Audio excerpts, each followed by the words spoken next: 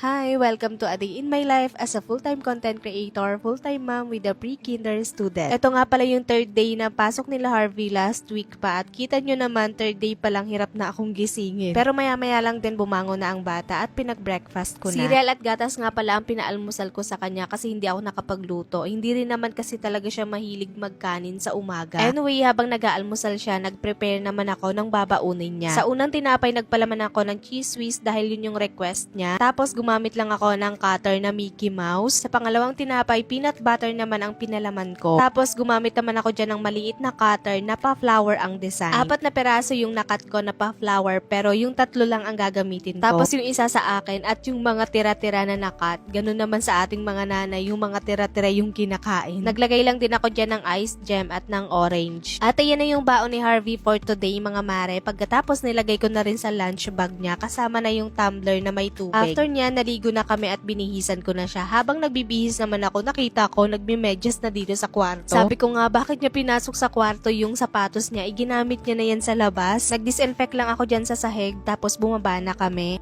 Buti na rin ko tayo na binili.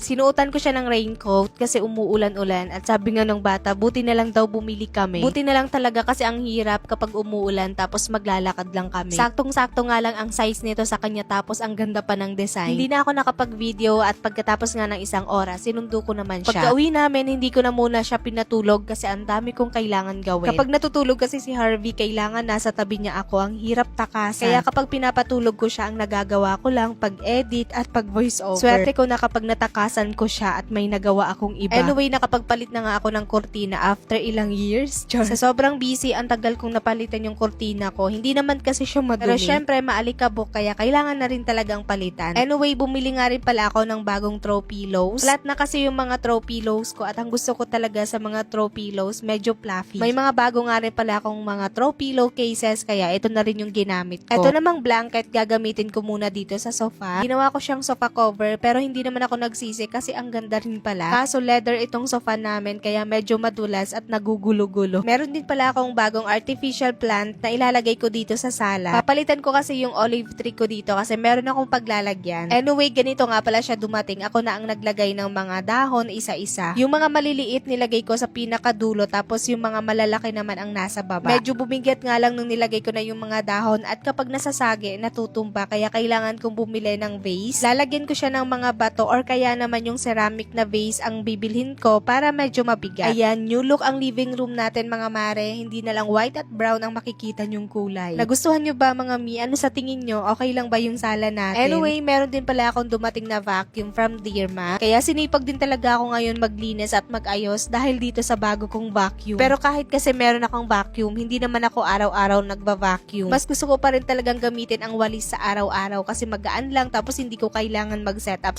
Pero kapag kailangan ko mag-deep clean, nagva-vacuum talaga ako. Hindi pa nga ako tapos, dumating na yung mister ko galing sa trabaho at aalis na naman ulit para mag-basketball. Pagkatapos kong maglinis, nag-shoot na rin ako ng ibang products dahil kailangan kong i-post to ngayong araw lang. After nyan, pinatulog ko si Harvey at nag-edit na rin ako. Tapos pagkagising niya, ito ganado na naman ulit. Ayun lang muna, kita-kita tayo sa next vlog.